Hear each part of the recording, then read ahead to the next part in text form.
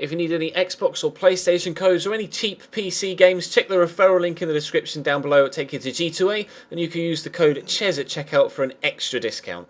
Also, there's an upcoming $1 entry FIFA Ultimate Team tournament where you can win up to 50,000 FIFA points. Check the link in the description down to Gamer Saloon and sign up now. Hey guys, how's it going? Ches back again and welcome to episode number 50 of the Chelsea career mode here on FIFA 16. The first series to hit the half-century mark, and we start with, well, a big game to be completely fair. Manchester City away from home, in the snow as well, so it's first versus fourth. We are 4 points ahead of them, but obviously if we lose, that gap will close to 1, and the two teams between us will actually get an opportunity to close the gap, if not overtake us as well. They're starting Antoine Griezmann up top alongside Kelechi and Iheanacho. They've got Aguero on the bench, but they're starting Kelechi alongside £42 million signing Antoine Griezmann. So I'm not sure or wasn't sure, obviously I've already played it, I wasn't sure what to expect from that frontline pairing, to be completely honest. We mentioned in the transfer window episode, the transfer deadline day episode, when the Griezmann deal went through, that we thought that particular deal could be the sort of transfer that helps Manchester City really put up a championship-winning fight. So I haven't seen how he's been getting on recently, but this will be a good marker so we can understand how well Griezmann is going to settle into this side, how quickly he's going to settle into the Man City side, and how big an impact he's going to have for the team. But with the first chance there, but Diego Costa unfortunately was well offside. And then Kevin De Bruyne is going to have the second effort of the game, this time for Manchester City. Obviously former Chelsea player, but flashing that one just wide of the post. In real life, Kevin De Bruyne has been a revelation for Manchester City this season. Antoine Griezmann involved here though, between Clichy and Sterling. Wonderful football, and he finishes the move off as well. Griezmann scores against me for Manchester City. Well, there is the answer. Is he going to have an impact for Man City in this title race? Yes, immediately. He scored the goal to put them 1-0 up against us here at the Etihad. So, 1-0 down in horrible snowy conditions. As you can see, the snow continues to fall. The pitch continues to get more and more covered with snow. And unfortunately, Joe Hart so far is on form and able to keep our attempts on goal out. Matic's header there tipped over the top of the bar. Corner from the other side though, Cesc Fabregas whips it in.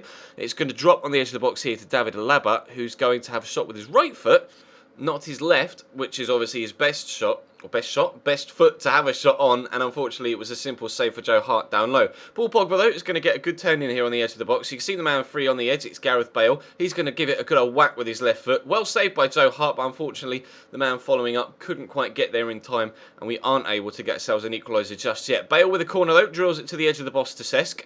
Cesc tries to finesse it, De Bruyne gets a block in, and then you can see there Diego Costa, or no, actually I think it was Kurt Zouma, falls over the man having or making the challenge. I think it was Kevin De Bruyne again. And Zouma falls awkwardly. Unfortunately, he's going to be injured, and he is going to be out for about 8 weeks. So that's going to be a big miss for us. Obviously, we've got John Stones that can come onto the bench, or come off the bench and start for us in that position. But Kurt is definitely the better player, definitely my more preferred player in that position. So unfortunately, that's going to be a big miss for us at the back. Neymar is lacks in possession there, gives it away. Jesus Navas into Kelechi, into De Bruyne, who spins and turns and hits it first time. But unluckily for him, it flies past the post. So many chances in this first half alone. As you can see from that particular chance, we're going to go up the other end. Fabregas into Diego Costa. He gets a turn in, he gets crunched now, and he stays down on the ground. He's actually going to have to come off now, and he's going to be out for 4 weeks. So we miss one of our better starting centre-backs and by far our best striker. We purposefully didn't sign a striker in the transfer window because we have Diego Costa as our main striker, and then we've got Bertrand Traoré and Kennedy. I've now, since that injury in this game, put Neymar at striker and brought on Willian out wide. So that's how we're lining up in this second half. Bale into Neymar here, dinks it over the top to Pogba, tries to hit it first time, well blocked by Company. Pogba does get the rebound though after it, for a second time, rebounds off a Manchester City defender, and then he slots it very tidily into the bottom corner. You can see just calmly side-footing it in off the post. Nothing Joe Hart could do, it was already past him by the time he'd reacted. Look. So we're back on level terms, then 5 minutes to go. We continue to be on top and dominating possession and the amount of chances in the game. Alaba down through the channel towards Nemanja Matic of all players pushing forward. He has the shot, well saved by Hart, but Neymar's there on the rebound. We win the game thanks to Neymar's 4 minutes from time winner. Chelsea 2, Manchester City 1. It's Griezmann scores the goal for City, Neymar and Pogba on the score sheet for us. And that's the sort of result that you get and you grind out if you're the sort of side that is worthy of being champions. We dominated that game and eventually were able to grind out the victory, and I am delighted with that, to be completely honest, considering the situation we were in that game with 15 minutes to go. It's 1-0 down with two of our best players off the pitch injured, and confirmation there from the previous highlight that Kurt Zuma's out for 8 weeks and Diego Costa is out for 4. So the next game was against Wolfsburg in the Champions League.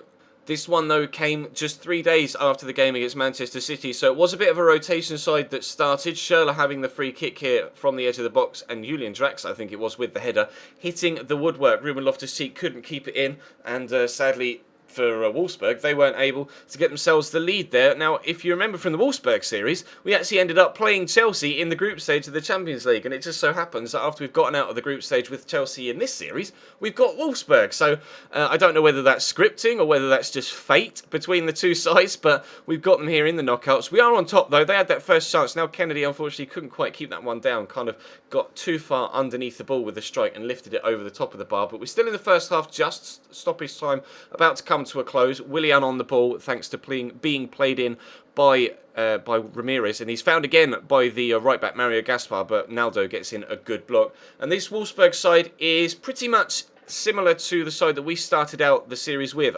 We're in the second season here at Chelsea, obviously, towards the end of it as well. But there weren't any new signings in this side. Lovely technique from Max Kruse, though.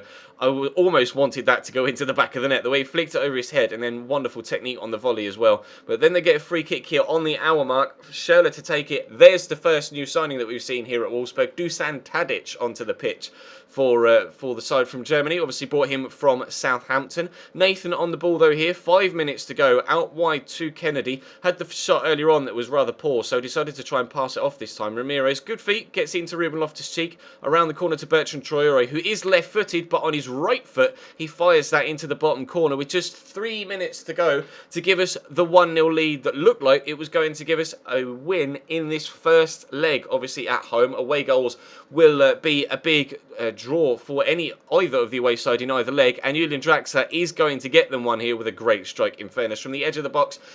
5-star weak foot, obviously, with Julian Draxler, and showing exactly why he has a 5-star weak foot there. 1-1. So despite going 1-0 up in the 88th minute, we weren't able to come away with the win. So Wolfsburg get the away goal, and we'll have to go to Germany and hopefully get ourselves a victory. If not, a score draw of some description. Hopefully a 2-2 or better. But as you can see, we have a 2-point lead now at the top of the table. We are 8 points clear now of City, who have dropped to 5th thanks to that victory we got against them in the first game. Thomas Callas is drafted in ahead of John Stones for this one, because Stones just played against Wolfsburg. And again, we're going with Neymar as striker this time, and we've got Pedro on the left rather than Willian, who obviously just played against Wolfsburg. So Swansea, obviously, a weird side in career mode. They don't have the best of individuals, but they've not scripted the game, but they've built the game with the engine that Swansea actually play like Barcelona, which is not necessarily strictly true in real life, but they do play a heavily possession-based